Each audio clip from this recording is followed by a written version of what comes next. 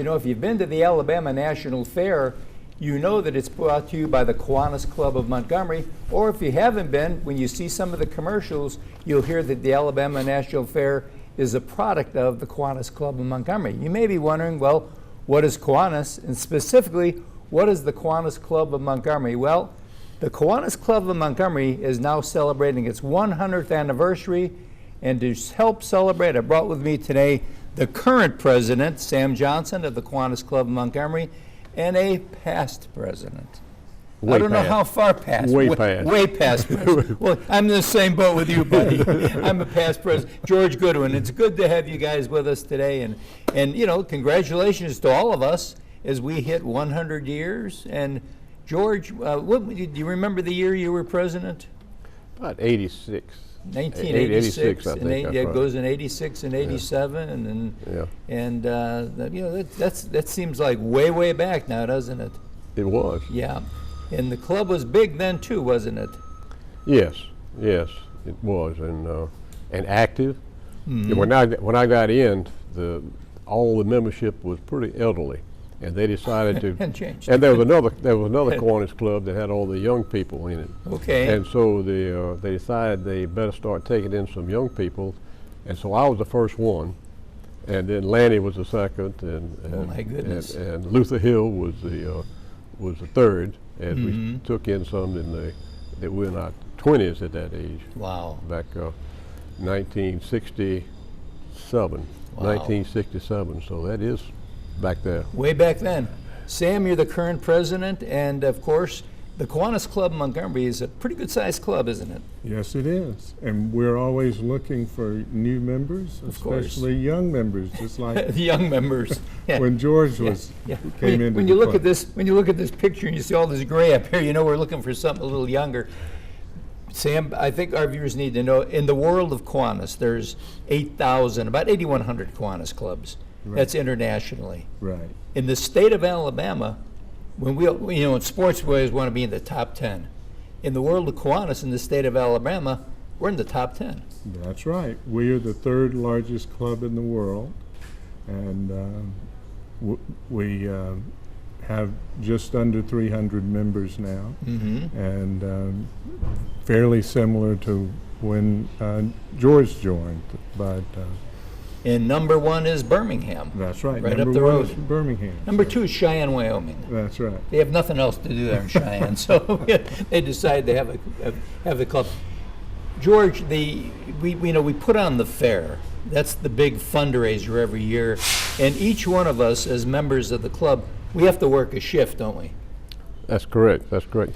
When I got in, the other civic clubs had selling donuts, light bulbs, various things, fundraisers, and Kiwanis Club had the one fundraiser, the major one, that Jimmy Pruitt and Ben Wilbanks actually were the keys of starting the Kiwanis Fair. And so that's been a major fundraiser, a very good fundraiser for 40 years. That's amazing. And Sam, people think the fairs come to town, they gobble up all the money and they leave. With the 300 members in the club, we're working shifts. That's manpower hours so that we can keep expenses down. And how much money stays in this community? Well, you're right, Jack. We are able to save money on that, and the Alabama National Fair has enabled us in large part to be able to give back to the community over $7 million Wow. over the 66 years that the fair's been going on. And we have helped various organizations primarily to help the children of the river region, one child at a time. You know, some of the things like the Miracle League, and a lot of people are involved with the Miracle League. It's quite an organization that takes care of people with special needs. Right. And we've supported Boys and Girls Clubs, the YMCA, just about everything inside the city of Montgomery. That's right. There's a Kiwanis mark somewhere along the way. That's correct. Playgrounds and various other activities supporting arts and the like for children. And George, if a person wants to be in the Kiwanis Club right now, it used to be back then you needed to be in business, but if you're a retiree and you want to have some involvement still in the community, it's a good time to be in part of Kiwanis, isn't it? That's correct. Sure is. That's be a wonderful thing. Well, to do. it's, you know, the fair lasts for 10 days. Right. And so it's not all consuming year long Yes. with activities. It's one major event is a fundraiser. But it's a networking with people in Montgomery that you can make friends, especially if you're just coming into Montgomery. It's a great thing to do, to become associated with a lot of different people that you enjoy friendships. Mm-hmm. And Sam, they meet weekly, That's correct. every Tuesday. And we also have great speakers. The programs are fabulous, as you know. No, I didn't know. And we have lunch at the RSA Activity Center on Dexter every Tuesday.